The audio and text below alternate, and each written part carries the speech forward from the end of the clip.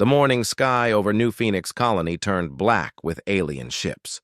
Lisa Kane stood on the bridge of the USS Liberty and watched through the viewport as hundreds of enemy vessels blotted out the sun. The Zeltharian Empire had finally come. For humanity.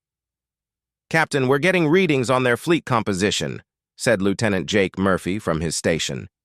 His voice stayed steady, but Lisa could hear the fear underneath. 500 warships, maybe more. Their flagships are twice the size of anything we have. Lisa nodded and kept her face calm. She had known this day would come.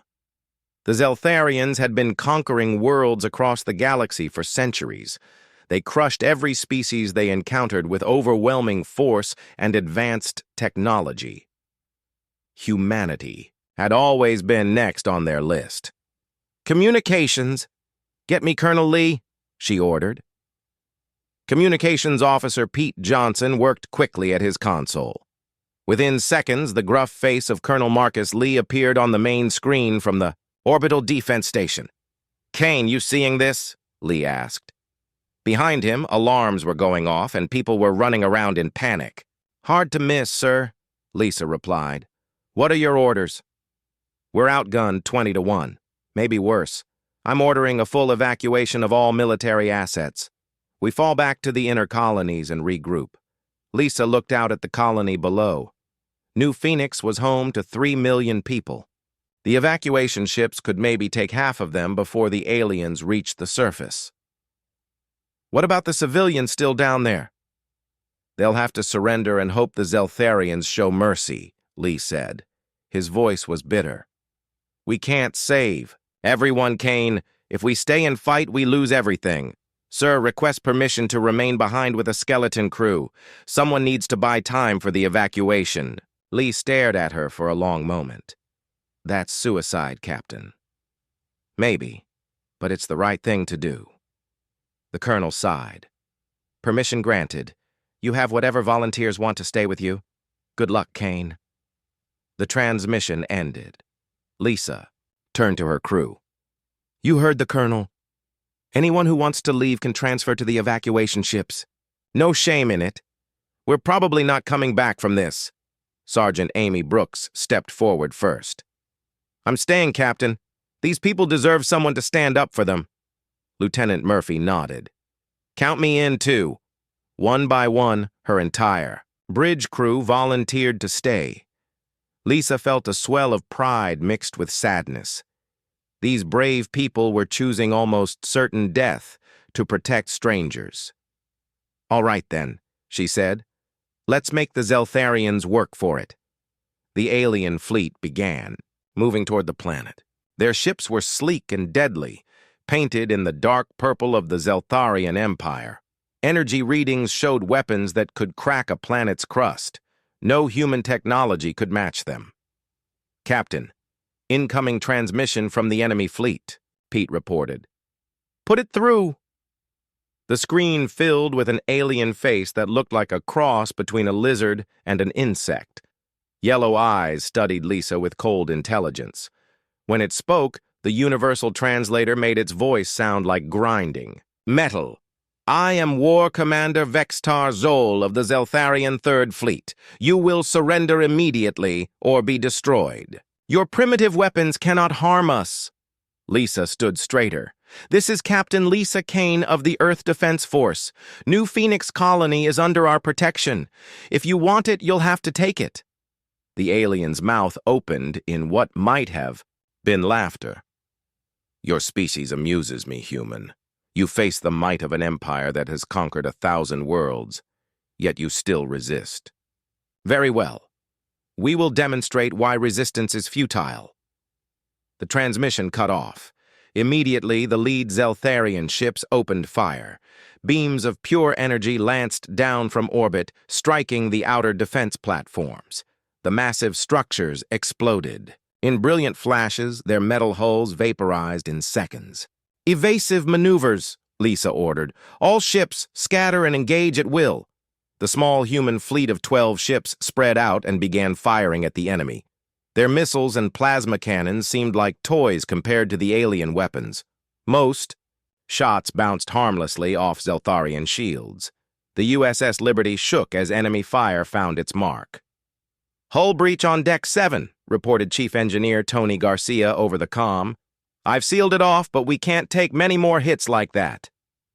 "Captain, the Yorktown just went down," Murphy called out. "The Phoenix is heavily damaged and falling back." Lisa watched another human ship die in a ball of fire. They were losing badly, just as expected, but every minute they held the aliens.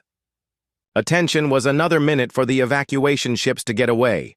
"Focus fire on their command ship," she ordered. "All remaining vessels, concentrate on the flagship." The surviving human ships turned their weapons on the massive Zeltharian command vessel. For a moment, their combined firepower seemed to strain the alien shields. Then return fire came like the wrath of an angry god. The destroyer, Franklin, took a direct hit and simply vanished. The cruiser Denver lasted a few seconds longer before its reactor exploded. Within minutes, only the Liberty and 2 other ships remained. "Captain, the evacuation fleet is clear," Pete reported. "They made it to hyperspace." Lisa nodded. At least they had accomplished something. "All right, people, we've done our job. Time to—" "Ma'am, wait," interrupted Amy Brooks from the tactical station. "I'm reading massive troop transports moving toward the surface. They're going to land and occupy the colony." Lisa's jaw tightened. She looked down at New Phoenix Colony, where millions of people were still trapped. The Zeltharians weren't just going to bombard the planet from orbit. They wanted to take it intact, which meant ground troops, which meant the civilians below would face occupation, slavery, or worse. "Change of plans," she said. "We're going down to the surface." "Captain?" Murphy looked confused. "The Liberty is finished up here anyway, but maybe we can do some good on the ground. Plot a course for the main spaceport." "That's insane," Garcia said over the comm. "We'll be sitting ducks down there." "We're sitting ducks up here too," Lisa replied. "At least on the surface we might be able to help people." The Liberty limped toward the planet as Zeltharian landing. Craft filled the sky like metal rain. The alien ships were massive, each one carrying thousands of soldiers. Lisa counted at least 50 craft heading for different parts of the colony. As they descended through the atmosphere, Lisa could see the chaos below. People were running through the streets, some trying to reach shelters, others just running, with no destination in mind. A few police and local militia were setting up barricades, but they had nothing that could stop an alien invasion force. The Liberty touched down at the spaceport with a grinding crash. Half the landing gear had been shot away, and the ship settled at an awkward angle. Smoke poured from damaged systems. "Everyone grab weapons and emergency supplies," Lisa ordered. "We're abandoning ship." Her crew of 37 people gathered, what they could carry, and prepared to face an enemy that had conquered half the galaxy. Lisa looked around at their faces. Some were scared, some were angry, but all of them were determined to fight. "I won't lie to you," she told them. "We're probably going to die today, but we're going to make them remember us. We're going to show these aliens that humans don't go quietly." The first Zeltharian landing craft touched down just as Lisa's people finished evacuating the Liberty. Through the smoke and chaos, she could see alien soldiers beginning to pour out of their transports. They were tall and armored, carrying weapons that hummed with deadly energy. Lisa checked her rifle and looked at her small band of defenders. 37 humans against an entire invasion force. The odds were impossible, but that had never stopped humanity before. "All right, people," she said. "Let's go to war." The Zeltharian soldiers moved through New Phoenix Colony like a plague of metal and death. Lisa Kane watched from her position behind an overturned transport as the aliens set up their first checkpoint near the spaceport. Their armor gleamed in the smoky air, and their weapons could cut through steel like paper. "Captain, we count at least 200 hostiles in the immediate area," whispered Sergeant Amy Brooks. She had her binoculars trained on the enemy position. "More coming in every minute," Lisa nodded. Her small team had taken shelter in the ruins of the spaceport terminal after the Liberty was destroyed by orbital bombardment.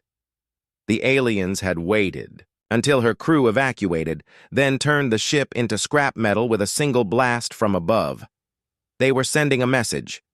"Jake, what's the situation with the civilians?" she asked. Lieutenant Murphy lowered his radio. "Not good. The aliens are herding people into detention centers across the city. Anyone who resists gets shot. Local police tried to fight back at the government district. The Zeltharians wiped them out in minutes." Lisa felt anger burn in her chest. These people had done nothing wrong except be human. They deserved better than to be cattle for an alien empire. "Tony, tell me you have some good news about weapons," she said to her chief engineer. Tony Garcia looked up from the equipment he had been examining. "The spaceport has industrial fabricators in the maintenance bay.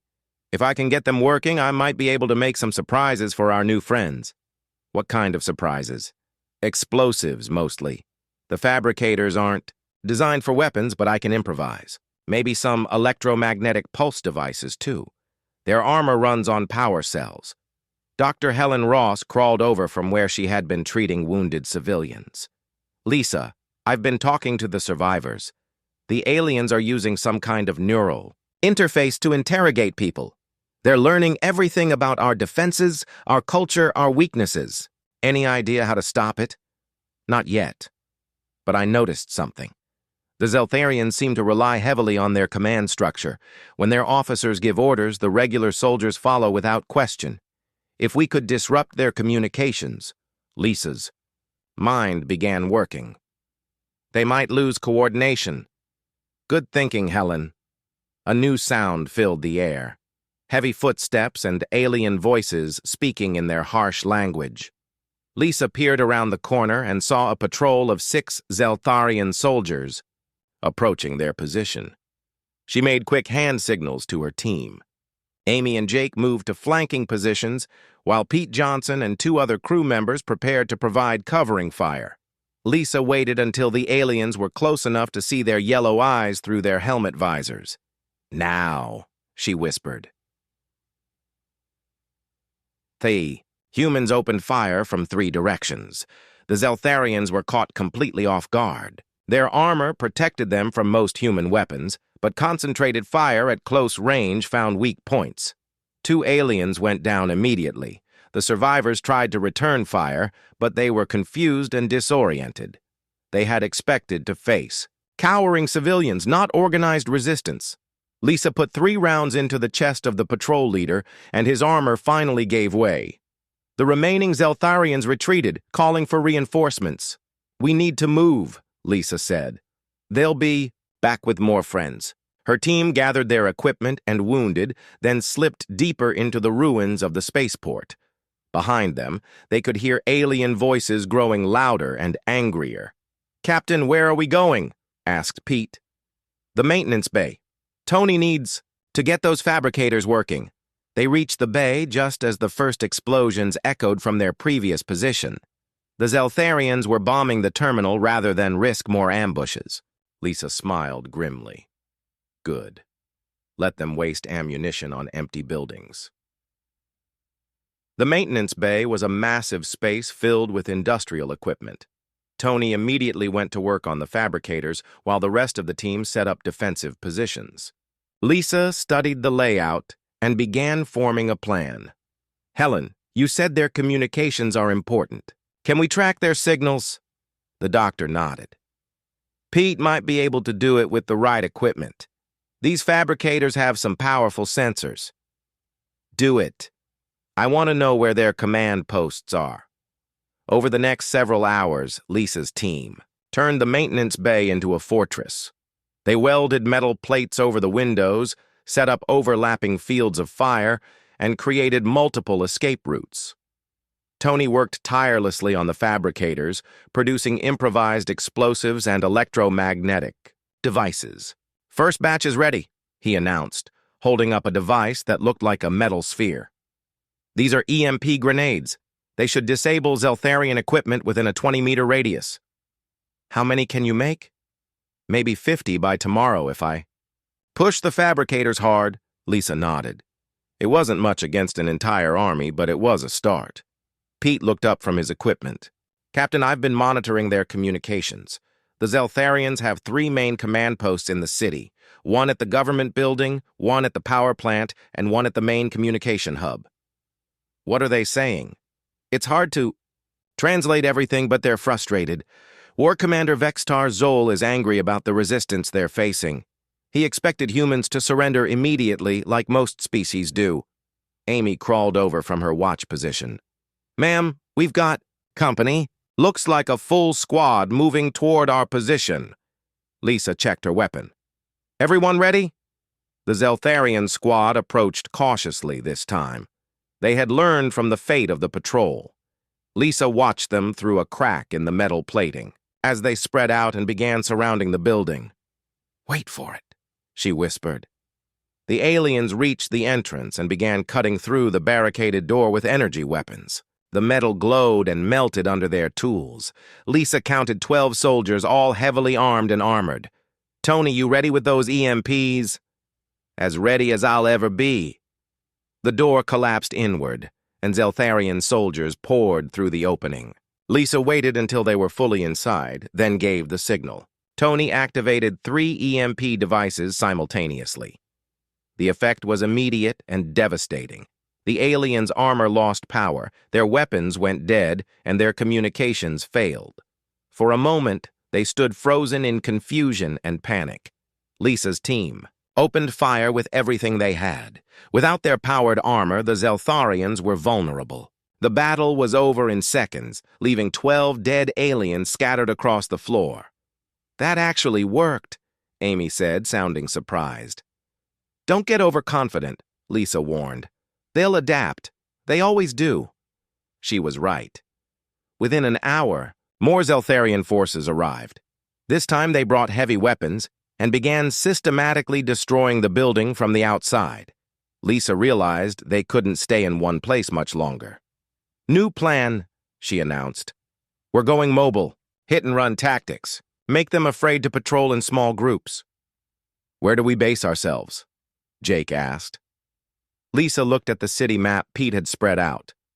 New Phoenix Colony was a maze of industrial districts, residential areas, and commercial zones. Plenty of places to hide and strike from. Everywhere and nowhere, we become ghosts. We hit them when they don't expect it, then disappear before they can respond. We make this occupation as costly as possible. Dr. Ross looked worried. Lisa, there are only 37 of us left. We can't fight an entire army.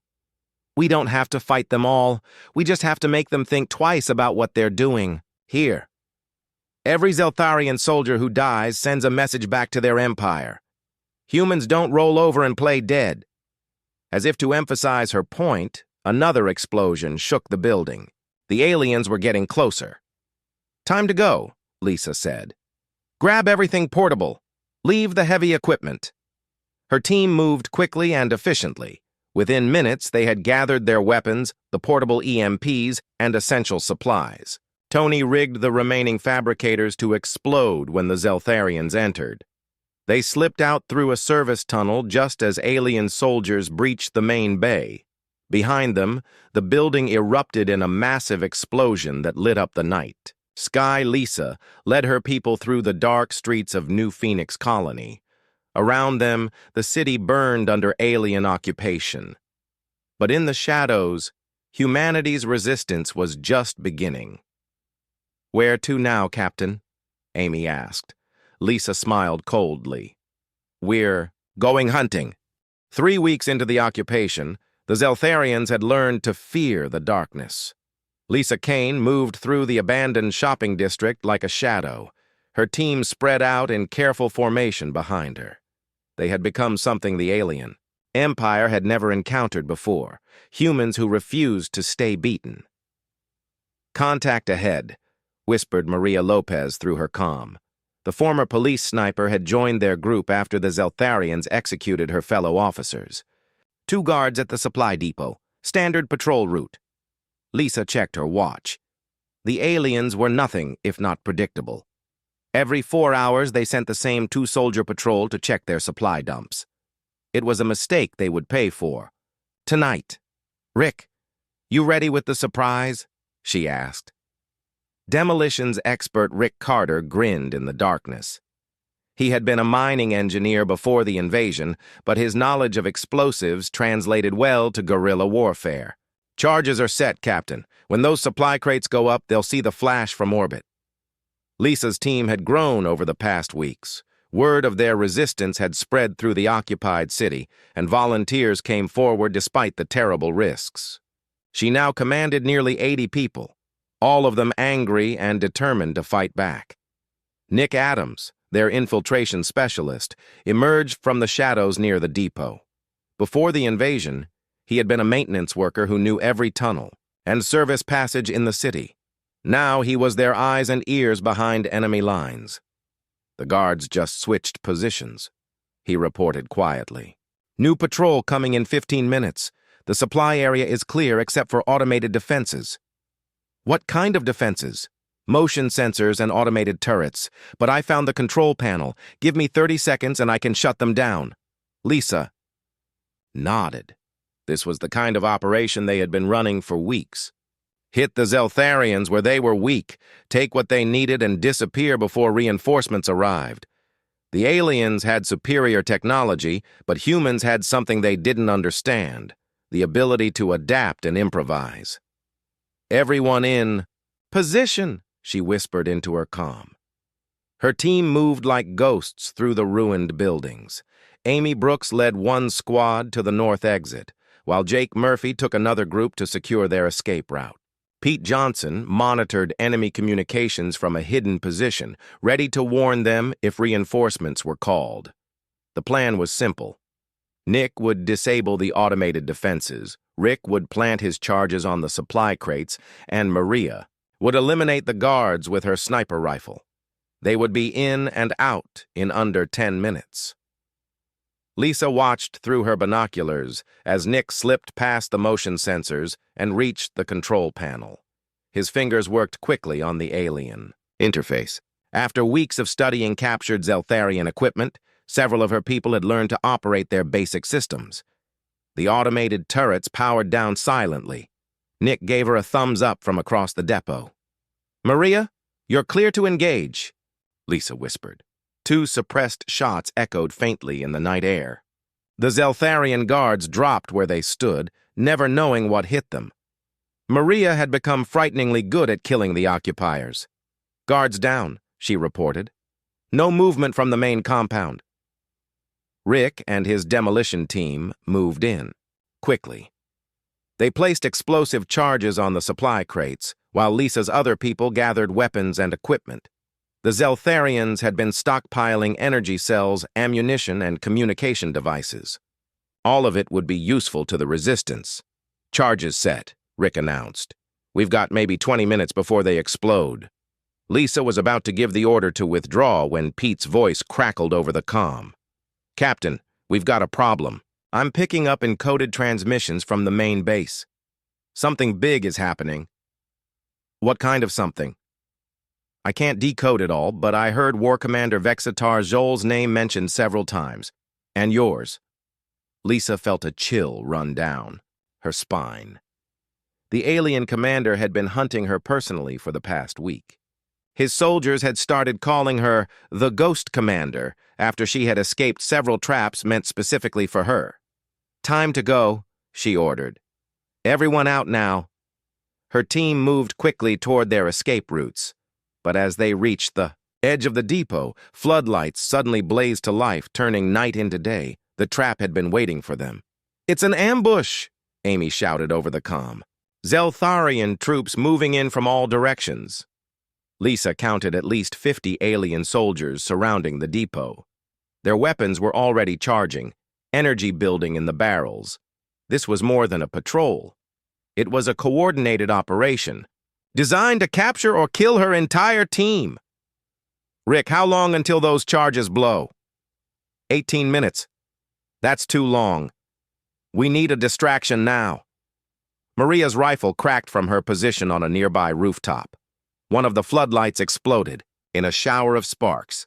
"I can take out their lights, but there are too many of them." Lisa's mind raced through their options. They were outnumbered, outgunned, and trapped in an open area. But the Zeltharians had made one mistake. They thought like an empire that had conquered 1,000 worlds. They expected their enemies to panic and surrender. Nick, can you get to that control panel again? Maybe, but it's right in the middle of their kill zone. Do it. When I give the signal, turn everything back on. The motion sensors, the turrets, everything. Captain, those turrets will target us too. Lisa smiled grimly. Not if we're all ready. Moving. She switched to the general comm channel. All teams, listen carefully. When I say go, we're going to run straight at them. Ma'am, that's suicide, Jake protested. No, it's psychology. The Zeltharians have been fighting species that fear them. They expect us to cower and hide, so we're going to do the opposite. The alien commander's voice boomed across the depot, amplified by speakers on their armor. The universal translator made his words cold and mechanical. Ghost Commander, you are surrounded. Surrender now and your people will live.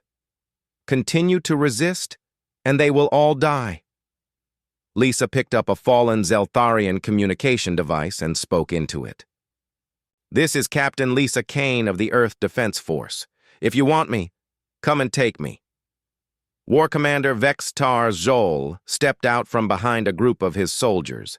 Even at a distance, Lisa could see his yellow eyes burning with hatred. You have caused me considerable embarrassment, human. My superiors question my ability to control a single primitive world. Maybe you should find an easier job. The alien commander raised his weapon. You will pay for your insolence. Now, Lisa shouted. Nick sprinted toward the control panel as Lisa's entire team charged straight at the Zeltharian positions. The aliens hesitated for a crucial second, confused by tactics that made no sense to them. In that moment of hesitation, Nick reached the controls and activated everything at once. The automated defense system came online and immediately began targeting everything that moved. Turrets swiveled and opened fire on both humans and Zeltharians. Motion sensors triggered alarms and additional defensive measures. But Lisa's people were already moving, weaving between the turret positions and using the chaos to close with their enemies. The Zeltharians, caught off guard by the unexpected assault, fell back in confusion. Take them down!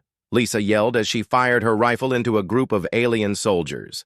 The battle became a swirling melee of human determination against alien technology. Rick's charges chose that moment to detonate, adding to the chaos as the supply depot erupted in a massive fireball. The explosion knocked everyone to the ground and sent debris flying in all directions. When the smoke cleared, Lisa found herself face to face with War Commander Vextar Zol. The alien was wounded but still dangerous, his energy weapon trained. On her chest. You fight like an animal, he snarled. We fight like humans, Lisa replied, raising her own weapon. Before either of them could fire, Maria's sniper rifle spoke from the darkness. The shot took Vextar Zol in the shoulder, spinning him around and sending his weapon flying. Another time, human, the alien commander said, as his soldiers moved to evacuate him. This is not over. Lisa watched as the Zeltharians retreated into the night. Her team had won this battle, but the war was far from over. Still, they had proven something important tonight. They had faced the enemy's best commander and lived to tell about it. Casualties? She asked Amy. 3 wounded, none dead. We were lucky. Lisa looked around at the burning remains of the supply depot. Lucky wasn't the word she would have used. They had been smart, brave, and just a little bit crazy. It was a combination the Zeltharians were still learning to fear. Let's get out of here before they bring reinforcements, she said. As her team melted back into the shadows of New Phoenix Colony, Lisa allowed herself a small smile. The Zeltharians thought. They were hunting her, but they were wrong. She was hunting them. The Zeltharian command ship hung in orbit like a metal moon, its weapons trained on New Phoenix Colony below. Lisa Kane studied it through stolen alien binoculars from her position on the rooftop of the old communications tower. 2 months of Guerrilla warfare had taken its toll on both sides, but the final battle was coming. "Captain, we're picking up massive troop movements," reported Jake Murphy from his monitoring station. "Looks like they're pulling back to defensive positions around the spaceport." Lisa lowered the binoculars. Her resistance force had grown to over 300 fighters, but that was still nothing compared to the thousands of Zeltharian soldiers occupying the colony. However, something had changed in recent weeks. The aliens were no longer patrolling aggressively. They stayed in fortified positions and only moved in large groups. "They're scared," said Amy Brooks with satisfaction. "We've got them jumping at shadows." Dr. Helen Ross looked up from her medical supplies. "The psychological warfare is working, but we can't keep this up forever. We're running low on everything: ammunition, medical supplies, food, and people," added Maria Lopez quietly. The sniper had been with Lisa since the beginning, and the strain was showing on her face. "We lost 8 more fighters in last night's raid." Lisa nodded grimly. Every victory came at a cost they could barely afford, but they had achieved something remarkable. Word of their resistance had spread beyond New Phoenix Colony. Other human worlds were beginning to fight back, inspired by what a small group of defenders had accomplished. "Ma'am, incoming transmission," Pete Johnson called from his communication array. "It's on all frequencies. The Zeltharians want to talk." "Put it through." The familiar face of War Commander Vextar Zol appeared on their improvised screen. The alien looked older than when Lisa had first met him, his yellow eyes filled with frustration and rage. A scar ran down the left side of his face where shrapnel from one of Rick's explosives had found its mark. "Ghost Commander," he said, his voice dripping with hatred. "I grow tired of this game." "Then leave," Lisa replied simply. "You know I cannot do that.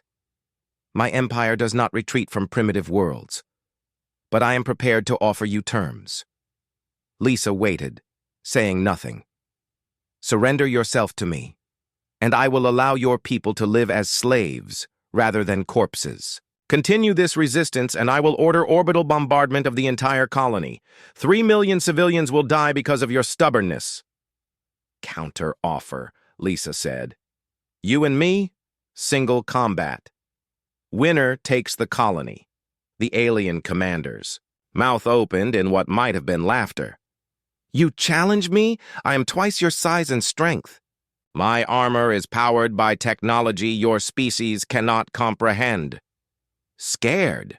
Vextar Zol's eyes blazed with fury. "I have conquered worlds, human. I have slain champions of a dozen species. You are nothing but an insect buzzing around my head. Then, it should be easy for you to crush me." There was a long pause.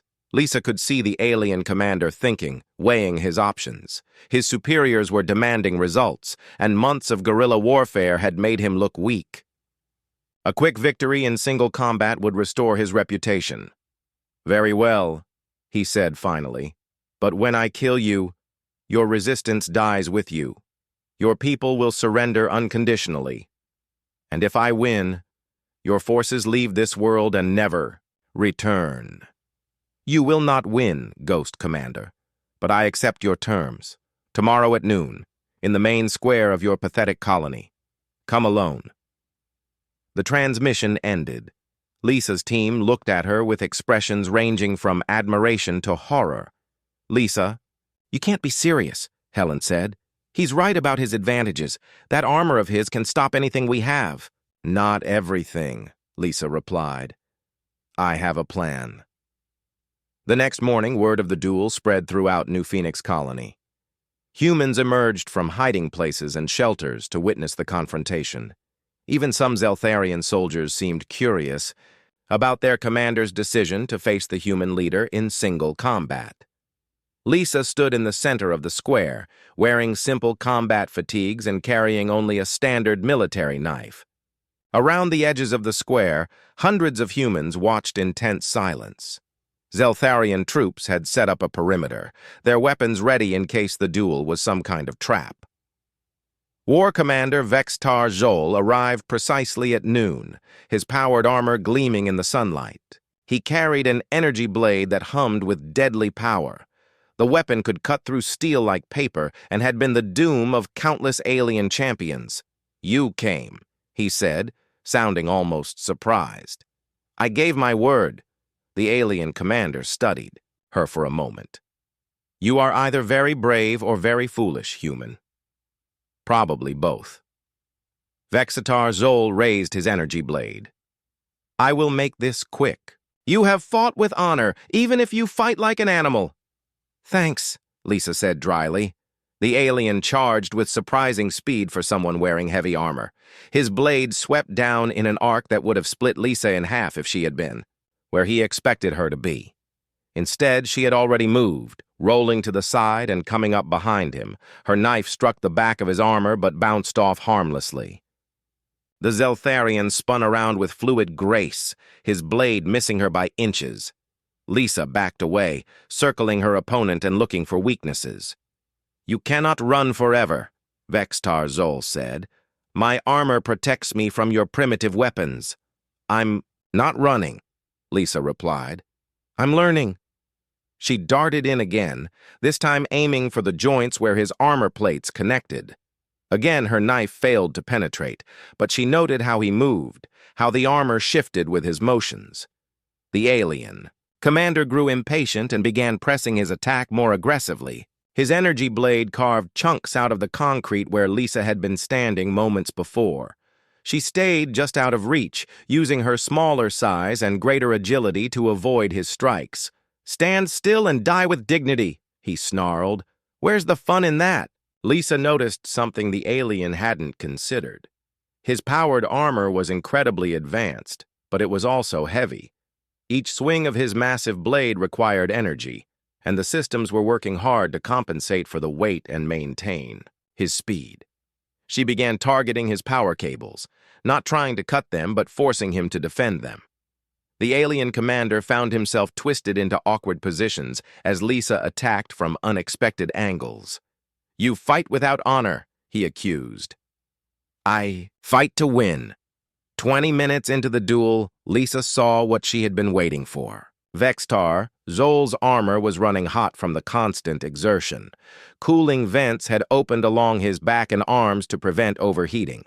Most importantly, his energy blade was starting to flicker as power demands exceeded the suit's capacity.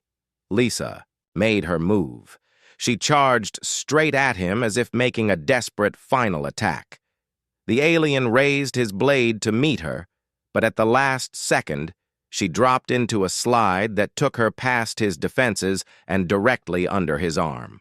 Her knife found the cooling vent on his side and plunged deep into the armor's power core. Sparks flew as critical systems overloaded.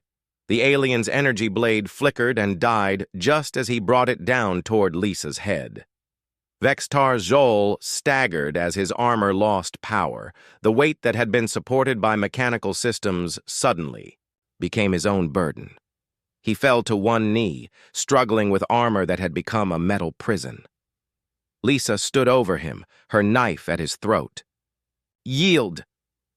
The alien commander looked up at her with yellow eyes full of hatred and disbelief. Around the square, Zeltharian soldiers raised their weapons, but their training prevented them from firing while their commander was in the line of fire. "I do not yield to primitives," Vextar Zol gasped. "Then you die like one." Lisa pressed the knife deeper. A thin line of purple blood appeared on the alien's throat. For the first time since the invasion began, she saw fear in those yellow eyes. "Wait," he said. "You have won fairly. I acknowledge your victory." But Lisa had seen too much over the past 2 months. Too many friends dead, too many civilians murdered, too many homes destroyed. The knife in her hand trembled with rage. "Lisa, don't," called Dr. Helen Ross from the crowd. "You're better than this." Lisa looked around the square at the faces watching her, humans who had suffered under occupation, who had lost everything to this alien's ambition. They deserved justice, but they also deserved to see that humanity could be better than their enemies. "You're right," she said to Helen. Then she looked down at Vextar Zol. "I could kill you now. Your own code of honor would demand it." But humans don't execute helpless enemies. She stepped back, keeping her knife ready. Honor the terms of our agreement. Leave this world and never return. The alien commander struggled to his feet, his dead armor making every movement difficult. You spare me? I'm giving you the chance to do the right thing. Don't make me regret it. Vex-Tar Zol stared at her for a long moment. Something passed across his alien features that might have been respect. You are not what I expected, human. None of us are. The alien commander turned to his soldiers and spoke in his harsh native language. Lisa couldn't understand the words, but the meaning was clear from their reactions. Some of the Zeltharian troops looked shocked, others angry, but they began moving toward their transports.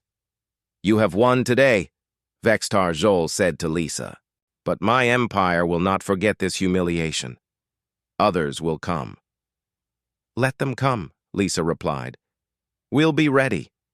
The alien commander managed something that might have been a smile.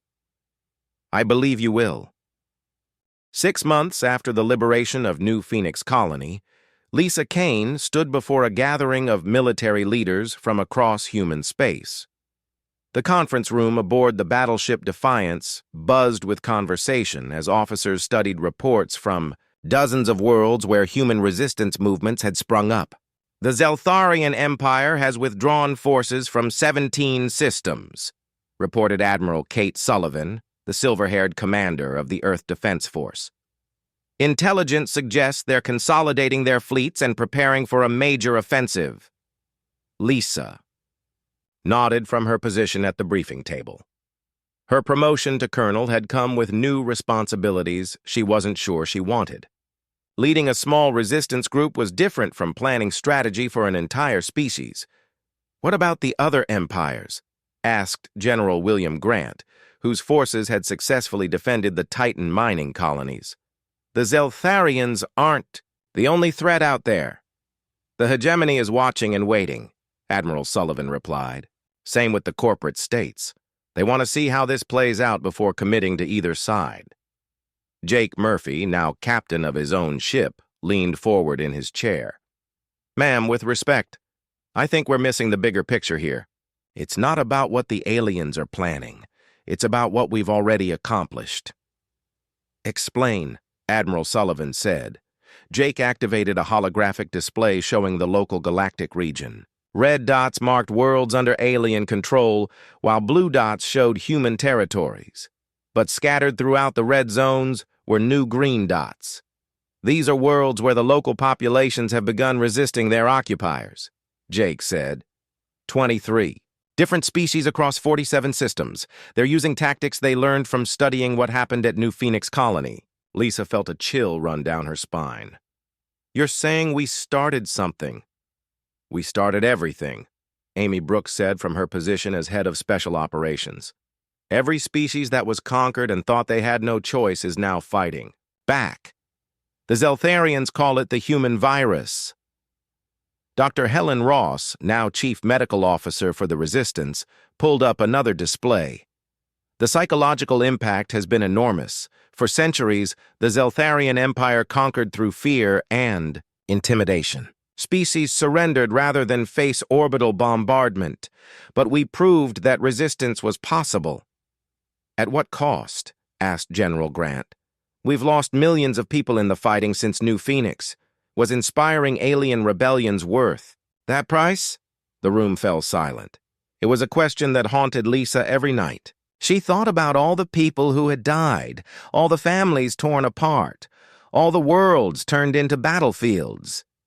General, with respect, that's the wrong question, she said finally. The question isn't whether resistance was worth the cost. The question is whether we had any choice at all. She stood and walked to the holographic display.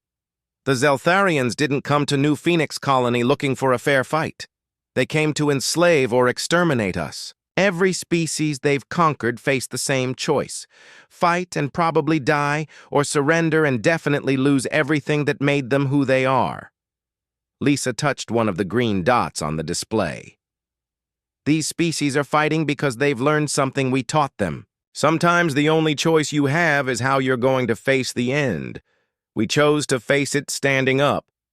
Admiral Sullivan studied the display with thoughtful eyes. Colonel, what's your assessment of our current situation? We're in a war whether we wanted one or not, Lisa replied. The Zeltharians can't allow our rebellion to succeed because it threatens their entire empire. If word spreads that a primitive species defeated War Commander Vextar Zol in single combat, every subject race will start questioning why they're still under alien rule. Speaking of Vextar Zol, Captain Murphy said, intelligence reports suggest he's been stripped of his command and exiled. The Empire considers his defeat a disgrace. Lisa felt an unexpected pang of something that might have been sympathy. The alien commander had been her enemy, but he had also been a warrior who understood honor. His exile was probably a fate worse than death in Zeltharian culture. That brings us to the immediate problem, Admiral Sullivan said. Our sources indicate the Empire is sending War Commander Cathara Voss to finish what Vextar Zol started. She's never lost a campaign. When do we expect her to arrive? Lisa asked. 3 weeks, maybe 4? She's bringing the 3rd and 7th fleets. Over 2,000 ships. The number hung in the air like a death sentence. Humanity's entire space navy consisted of maybe 300 vessels, most of them converted civilian ships with improvised weapons. Ma'am, we can't fight that in open battle, Captain Murphy said. We'd be slaughtered. No, we can't fight them in space, Lisa agreed. But we don't have to. She walked back to the display and began pointing to various systems. The Zeltharians expect us to meet them with traditional fleet tactics. Instead, we do what we did at New Phoenix Colony. We make every world they want to conquer into a nightmare for them. Guerrilla warfare on a galactic scale? Amy asked. Exactly. We can't match their technology, but we can make occupations so costly that they'll eventually give up. Every world they take will bleed them. Every system they occupy will require massive, resources to hold. General Grant shook his head. That's a strategy for a very long war, Colonel. Are you prepared for decades of conflict? Lisa thought about the faces of the people she had led during the liberation of New Phoenix Colony. Maria Lopez, who had lost her entire family to alien execution squads. Rick Carter, who had turned his engineering skills to creating ever more creative ways to destroy the occupiers. Pete Johnson, who had risked his life daily to monitor enemy communications. General, my people fought for 2 months against impossible odds because they believed in something bigger than themselves, she said. They believed that humanity deserved to be free. I think that's worth fighting for, no matter how long it takes. Admiral Sullivan stood and walked to the viewport, where stars stretched endlessly into the darkness. Colonel Kane, I'm placing you in command of Operation Wildfire. You'll coordinate resistance efforts across all human territories and any allied worlds willing to fight. Ma'am, I'm honored, but I'm not sure I'm the right person for that kind of responsibility. The Admiral turned back to her. Colonel, 6 months ago you were the captain of a destroyer. Today you're the symbol of human resistance across the galaxy. Species that have never heard of Earth know your name. You've become something bigger than any military rank. Lisa felt the weight of that responsibility settling on her shoulders. Millions of people would live or die based on the decisions she made in the coming months. What about reinforcements? She asked. Are any of the other species willing to fight alongside us? Some, Admiral Sullivan replied. The Centauri Commonwealth has pledged support, though they can't spare many ships. A few independent systems have offered bases and supplies. But mostly we're on our own, just like at New Phoenix Colony, Amy observed. The difference is scale, Lisa said. We're not just fighting for one world anymore. We're fighting for the right of any species to determine its own fate. Captain Murphy activated his personal communicator. Ma'am, I'm getting reports from the frontier. Zeltharian scouts have been spotted in the Ross system. War Commander Cathara Voss is moving faster than expected. Lisa looked around the room at the officers who would help her fight this impossible war. They were scared. She could see it in their eyes. But they were also determined, just like her people had been during those dark months on New Phoenix Colony. "How long until she reaches our territory?" Lisa asked. 2 weeks at most. Lisa nodded and walked back to the holographic display. She studied the positions of human worlds, alien fleets, and potential battlegrounds. Somewhere out there, an alien commander was planning the destruction of everything humanity had built. "Then we better get to work," she said. "Send word to all resistance cells. Tell them the real war is about to begin." As the meeting broke up and officers hurried to their ships, Admiral Sullivan approached Lisa privately. "Colonel, there's something else you need to know," she said quietly. "Our intelligence sources say that War Commander Vex-Tar Zol sent a message to the Empire before his exile. He warned them that humans are not like other species they've conquered. He said we're too stubborn to surrender and too clever to defeat easily. Did they listen? That's what worries me." War Commander Keith Aravos specifically requested this assignment after reading his report. She's coming here not to put down a simple rebellion, but to face what she considers a worthy opponent. Lisa smiled grimly. "Good. Let her come. We'll show her exactly how worthy we can be." 3 days later, Lisa stood on the observation deck of New Phoenix Colony's rebuilt spaceport. The planet had become a symbol of human resistance, and volunteers from across the galaxy came here to train with the people who had fought in the original liberation. Jake Murphy joined her at the railing, looking out at the bustling activity below. Former civilians practiced with weapons while engineers worked on improvised defenses. It looked chaotic, but Lisa could see the underlying purpose in everything. "Remember when we thought 37 people couldn't make a difference?" Jake asked.